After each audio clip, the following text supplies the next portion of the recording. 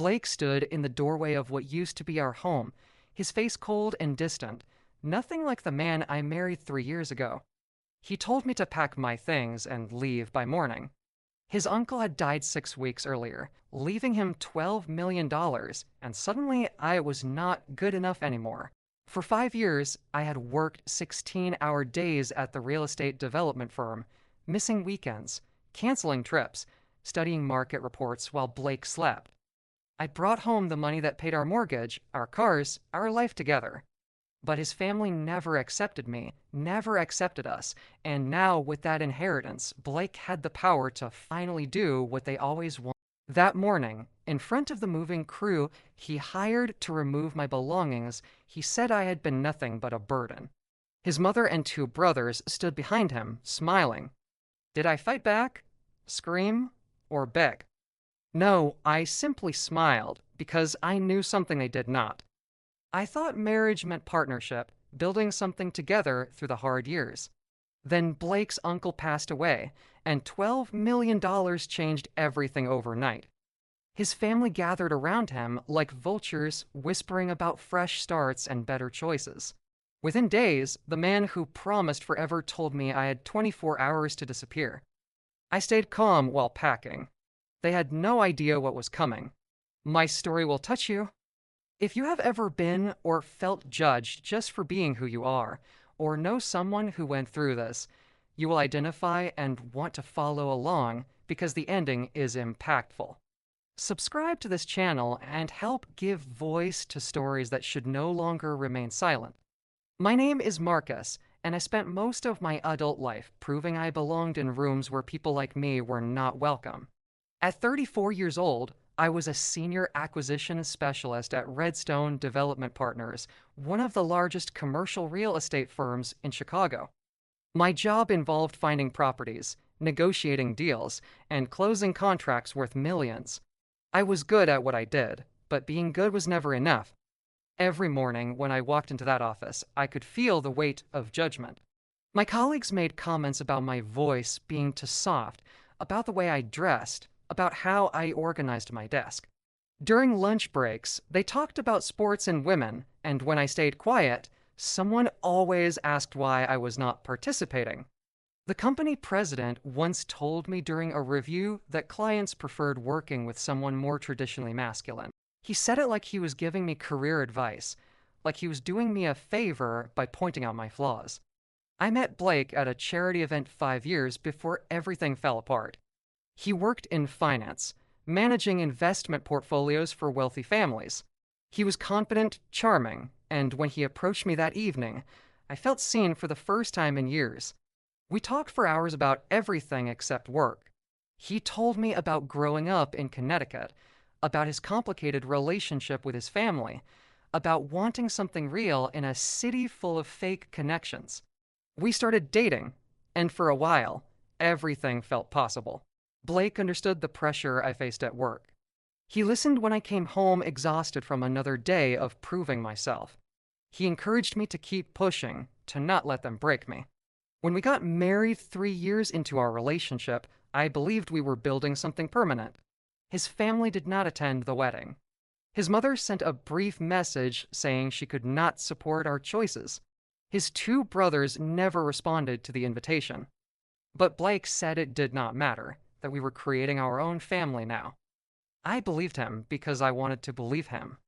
I worked harder than ever after we got married, taking on bigger projects, longer hours, trying to build financial security for both of us.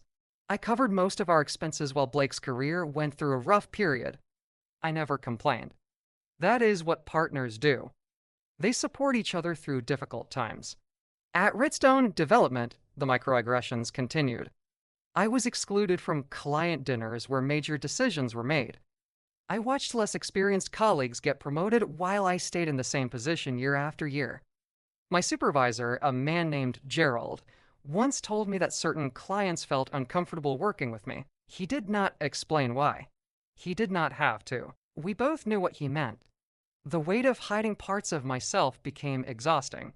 I learned to deepen my voice during phone calls, to avoid certain gestures, to never mention my husband by name when clients asked about my personal life. I became an expert at being invisible while simultaneously being hypervisible. Every mistake was magnified. Every success was minimized. I had to be twice as good to be considered half as competent. Blake seemed to understand this struggle, at least in the beginning.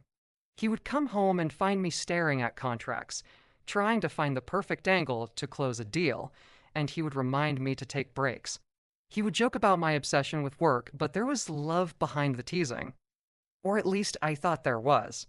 Looking back now, I wonder if he ever truly saw me, or if he just saw someone who could carry the financial weight while he figured out his next move. Our relationship had its problems like any marriage, but I never imagined it would end the way it did. I never imagined that money, specifically someone else's money, could change a person so completely. But that is exactly what happened when Blake's uncle passed away last spring. His uncle Richard was a wealthy man who never married, who built a small fortune through strategic investments and real estate holding. Blake barely spoke to him over the years. Their relationship was distant, formal, limited to occasional holiday cards and brief phone calls. When Richard died suddenly from a heart attack, Blake was surprised to learn he had been named in the will. The reading happened on a Tuesday afternoon. I remember because I had taken the afternoon off work to go with Blake for support. His mother and brothers were already at the lawyer's office when we arrived. They looked at me like I was an uninvited guest at a private family gathering. The lawyer read through various bequests, and then he got to the main inheritance, $12 million to Blake, along with several properties and investment accounts. The room went silent. Blake's mother actually gasped. His brothers started talking over each other, asking questions about taxes and distributions. I sat there watching Blake's face transform. The man I knew disappeared in that moment, replaced by someone harder, someone calculating. He looked at his family, then at me, and something shifted in his eyes. I felt it immediately, but did not want to acknowledge what I was seeing. We drove home in silence that day. I tried to talk about the inheritance, about what it meant for our future, but Blake barely responded. Everything changed rapidly after the inheritance. Blake's family, who had avoided him for years because of our marriage, suddenly became constant presences in our life. His mother started calling daily, inviting him to family dinners where I was clearly not welcome. His brothers appeared at our home unannounced, talking about investment opportunities and business ventures. They spoke around me, through me, as if I was not there. Blake allowed it. Within 2 weeks of receiving the inheritance, Blake started making comments about our relationship. He said we had grown apart, that we wanted different things, that maybe we had rushed into marriage. These were new complaints, grievances that had never existed before $12 million entered our lives. I tried to have real conversations to understand what was happening, but he shut down every attempt. At the same time, something unexpected happened at Redstone Development. A major opportunity emerged that could change everything for me professionally. A European investment group called Nordic Capital Partners was looking to acquire commercial properties across the Midwest. They needed someone with deep market knowledge, someone who understood both the financial and cultural landscape of American real estate. The deal was worth approximately $80 million in total acquisitions.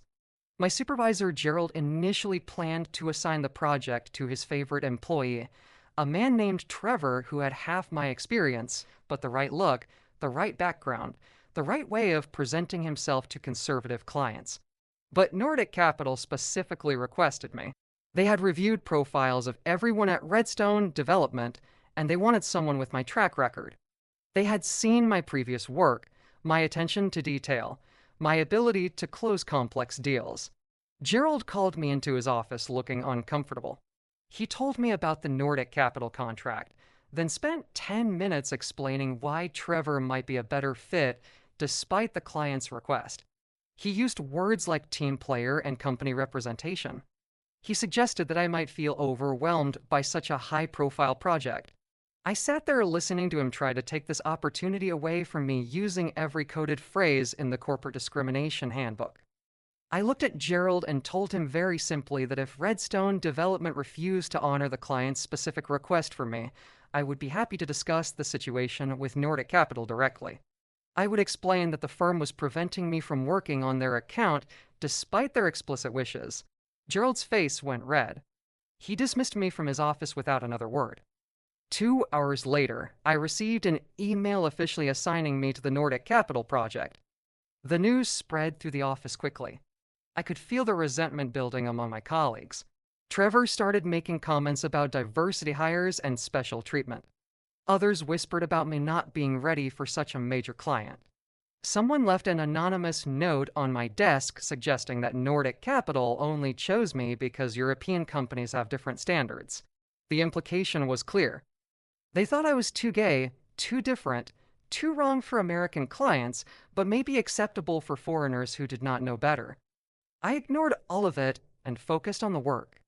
Nordic Capital sent their team to Chicago for preliminary meetings. I spent days preparing presentations, market analyses, property evaluations. I worked 16-hour days again, just like I always had, but this time there was something different. This time I was not trying to prove I deserved a seat at the table. I was already at the table. The client had chosen me specifically. At home, Blake became colder. He started sleeping in the guest room, claiming he needed space to think. His mother visited more frequently, and I would hear them talking in low voices, conversations that stopped when I entered the room. His brothers came over for dinner multiple times, and Blake did not even pretend to include me anymore.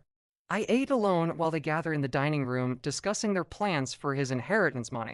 One evening, I tried to tell Blake about the Nordic Capital project, about how this could be the breakthrough I had worked toward for years.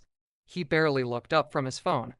He said that was nice and then went back to texting. His brother called moments later, and Blake left the room to take the call. I sat there in our living room, in the home we had built together, and realized I was already alone. The prejudice at work intensified as the Nordic Capital project moved forward. During a team meeting, Trevor openly questioned my strategy in front of everyone. He suggested that I was making decisions based on personal preferences rather than solid business analysis. Gerald did not defend me. Other colleagues nodded along with Trevor's criticisms. I presented my research, my data, my carefully constructed arguments, and I watched them dismiss everything because it came from me. One of the senior partners, a woman named Patricia, pulled me aside after the meeting.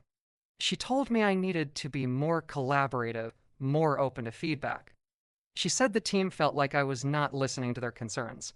I asked her if she had reviewed my work, if she had found any actual flaws in my analysis. She admitted she had not looked at the details. She just knew that some people were uncomfortable with how I was handling things. Translation: they were uncomfortable with me handling things at all. The Nordic Capital project demanded everything I had. I traveled to Detroit, Milwaukee, Indianapolis, evaluating properties, meeting with local developers, negotiating preliminary terms. I worked through weekends and holidays. I missed sleep, missed meals, missed any semblance of normal life. The clients were demanding, but fair. They asked hard questions and expected detailed answers. They pushed me to find the best possible deals, and I delivered exactly what they needed. My relationship with Blake deteriorated completely during this period. I would call him from hotel rooms in different cities, trying to maintain some connection, and he would barely stay on the phone for 5 minutes. He stopped asking about my work. He stopped asking about anything. When I came home between trips, I found evidence of his family spending more time at our house. His mother's coat in the closet. His brother's shoes by the door. They were marking territory, claiming space, pushing me out gradually. Then Blake started talking about changes he wanted to make to the house. He said he was thinking about renovating, about updating things. He used his inheritance as the reason, saying he finally had the money to make improvements. But every change he described would erase my presence. He wanted to redo the home office where I worked. He wanted to repaint the bedroom in colors I dislike. He wanted to remove the artwork we had chosen together and replace it with pieces his mother preferred. I tried to have a serious conversation about what was happening between us. I asked Blake directly if he wanted to end our marriage. He said he did not know, that he needed time to think. His uncertainty felt crueler than honesty would have been. I was living in limbo, watching my marriage dissolve while trying to close the biggest deal of my career. The stress was destroying me physically. I lost weight, stopped sleeping properly, felt my body breaking down under the constant pressure. At work, things got worse. Someone accessed my computer and deleted key files related to the Nordic Capital project. I had backups on external drives I kept at home, but the sabotage was clear. Someone wanted me to fail. Gerald called me into his office and suggested that maybe I was overwhelmed, that maybe I should consider letting Trevor assist with the project. He said it with false concern, like he was worried about my well-being rather than trying to steal my work. I refused. I told Gerald that the client specifically wanted me, that I had everything under control, and that any interference would damage our relationship with Nordic Capital. He did not like my response, but he could not argue with the results I was producing. The clients were happy. The deals were progressing exactly as planned. My work was flawless, and everyone knew it, even if they refused to admit it. Then came the day that changed everything. I returned home from a week-long trip to finalize property evaluations in 3 different cities. I was exhausted, carrying my suitcase up the front steps, looking forward to at least one night in my own bed. Blake opened the door before I could use my key. His face was hard and motionless. Behind him stood his mother and both brothers. They were all there, waiting for me like an intervention. Blake told me our marriage was over. He said he had made a mistake, that we were wrong for each other, that he wanted a different life. His mother stood there nodding, her arms crossed, looking satisfied. His brothers stared at me with open hostility. Blake said I had 24 hours to pack my essential belongings and leave. He would have movers come for the rest later. He had already consulted a lawyer. He wanted a quick divorce. I stood there in shock, my suitcase still in my hand, trying to process what was happening. I asked Blake if this was really what he wanted, if $12 million had truly changed him this completely. He told me not to be dramatic.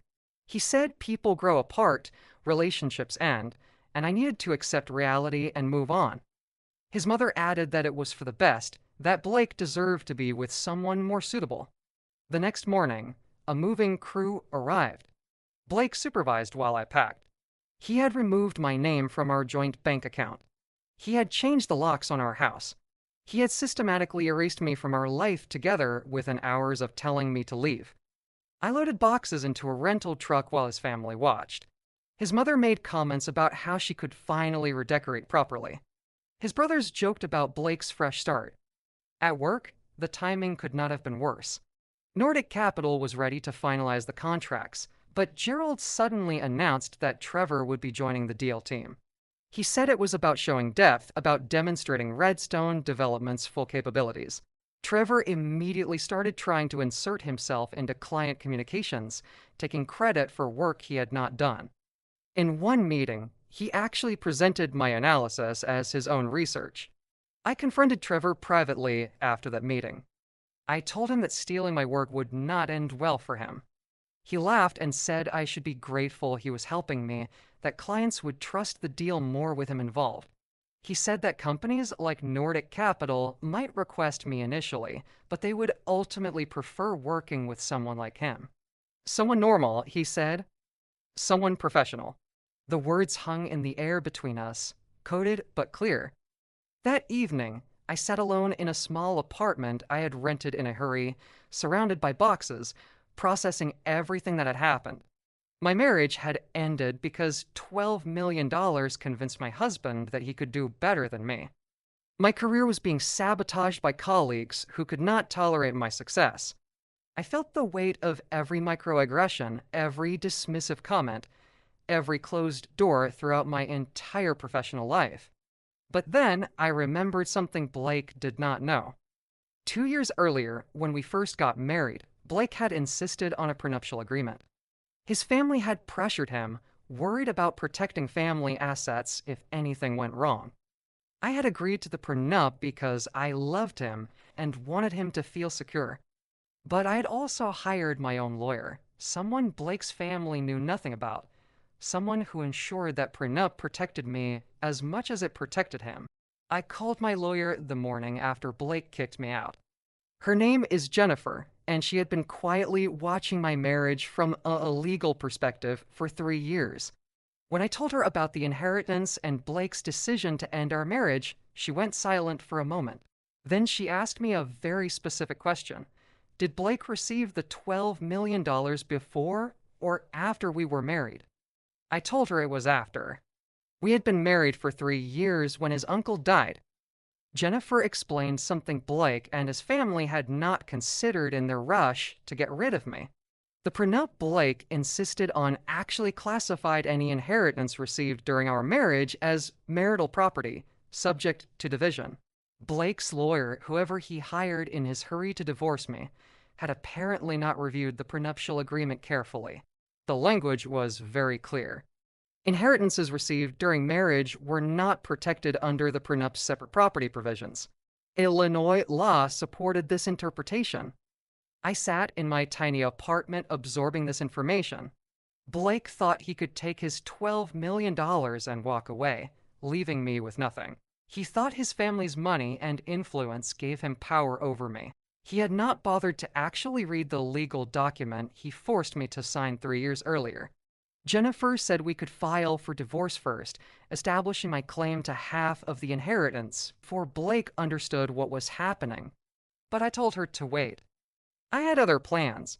At Redstone Development, the Nordic Capital deal was entering its final phase. All the properties had been evaluated, all the negotiations complete. We were days away from signing contracts worth $80 million.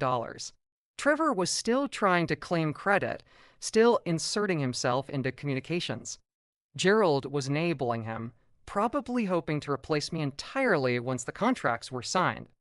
They thought they could use my work to benefit the company while pushing me out afterward, but I had been careful throughout the entire project. Every client communication went through my email. Every document bore my name. Every strategy, every analysis, every recommendation was clearly attributable to me. Nordic Capital knew exactly who was doing the work. The lead representative for the client was a woman named Ingrid who had worked in commercial real estate for 20 years.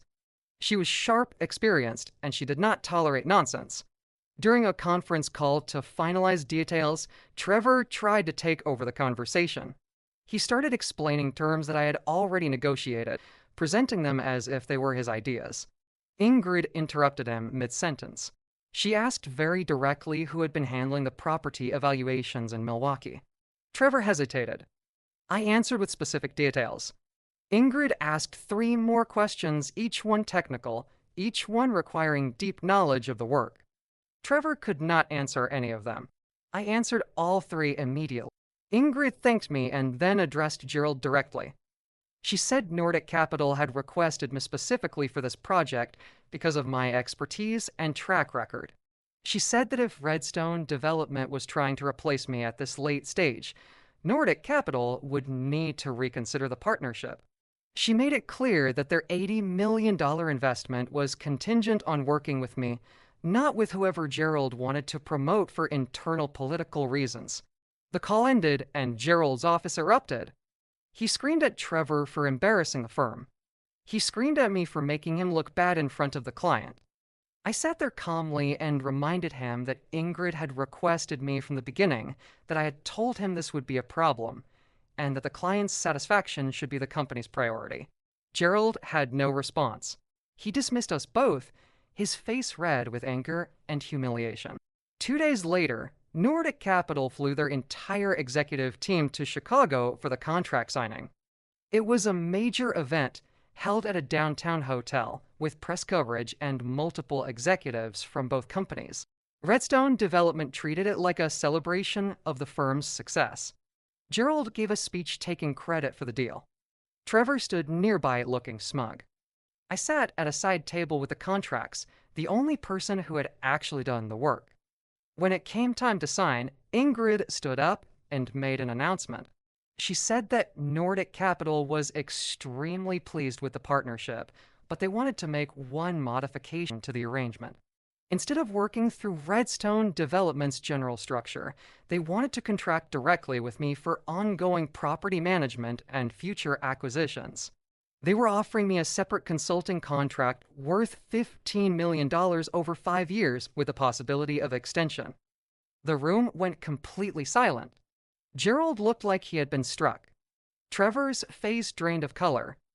Ingrid continued, explaining that Nordic Capital valued expertise and dedication, and they wanted to ensure they were working with the best talent available. She looked directly at me and asked if I would accept their offer.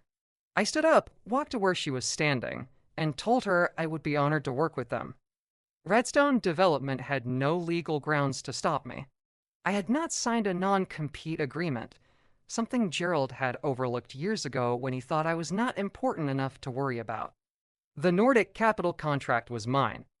The relationships I had built with the clients were mine. The expertise and reputation I had developed were mine. Everything I had worked for suddenly belonged to me alone, not the firm that had tried to suppress me for years. After the signing, I contacted Jennifer and told her to proceed with the divorce filing. We moved quickly, submitting paperwork before Blake even understood what was happening. The prenuptial agreement's language was clear, and Blake's inheritance was legally classified as marital property. He owed me $6 million. His lawyer called my lawyer within days, threatening to fight the claim. Jennifer sent them a detailed legal analysis of the prenup's terms. Blake had signed it without reading it carefully. His family's lawyer had drafted it without considering inheritance timing. Their mistake was now very expensive. Blake called me directly, angry and panicked. He said I was trying to steal his family's money. I reminded him that he had kicked me out of our home, terminated our marriage, and tried to erase me from his life because he thought $12 million made him powerful enough to discard me. I told him his lawyer could review the prenup again if he wanted, but the law was clear. He had two options: settle for $6 million or fight a legal battle he would lose while spending hundreds of thousands on lawyers. While Blake was processing his financial situation, something else happened that I had not anticipated. The story of what happened at Redstone Development started spreading through Chicago's real estate industry. People talked about how I had closed an $80 million deal, how a major European client had chosen me over an established firm, how I had outmaneuvered colleagues who tried to steal my work. My phone started ringing with opportunities. Other companies wanted to hire me. Clients wanted to work with me directly. Gerald tried to do damage control, spreading rumors that I had been difficult to work with, that Nordic Capital's decision was unusual. But Ingrid publicly praised my work in an industry publication. She described me as one of the most talented acquisition specialists she had encountered into decades. Her words carried more weight than Gerald's bitter complaints. Redstone Development's reputation took a hit while mine grew stronger. Trevor faced his own consequences. During an internal review of the Nordic Capital project, someone discovered the deleted files on my computer. The IT department traced the access back to Trevor's login credentials. He had been sabotaging my work, trying to make me fail so he could take over the project. Gerald had to fire him to avoid potential legal liability. Trevor left the company in disgrace, his career damaged by his own desperation to undermine me. Blake eventually settled. His lawyer advised him that fighting would cost more than paying. He gave me $6 million, half of his inheritance. His family was furious, but there was nothing they could do. The prenup they had insisted on, the document they thought would protect their family money, had actually ensured I received exactly half of everything Blake gained during our marriage.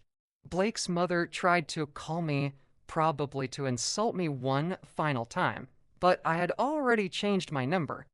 I had no interest in their anger or their regrets. I used part of the settlement money to start my own consulting firm, specializing in commercial real estate acquisitions for international clients. Nordic Capital became my anchor client, but others followed quickly. Within 6 months, I had built something completely independent, something no one could take away from me because of who I am or who I love. The firm that tried to suppress me was now competing against me for clients. The man who kicked me out was now significantly poorer because he underestimated both his prenup and his spouse. Looking back at everything that happened, I recognize the layers of prejudice I faced throughout that period. Blake's decision to end our marriage was not just about money.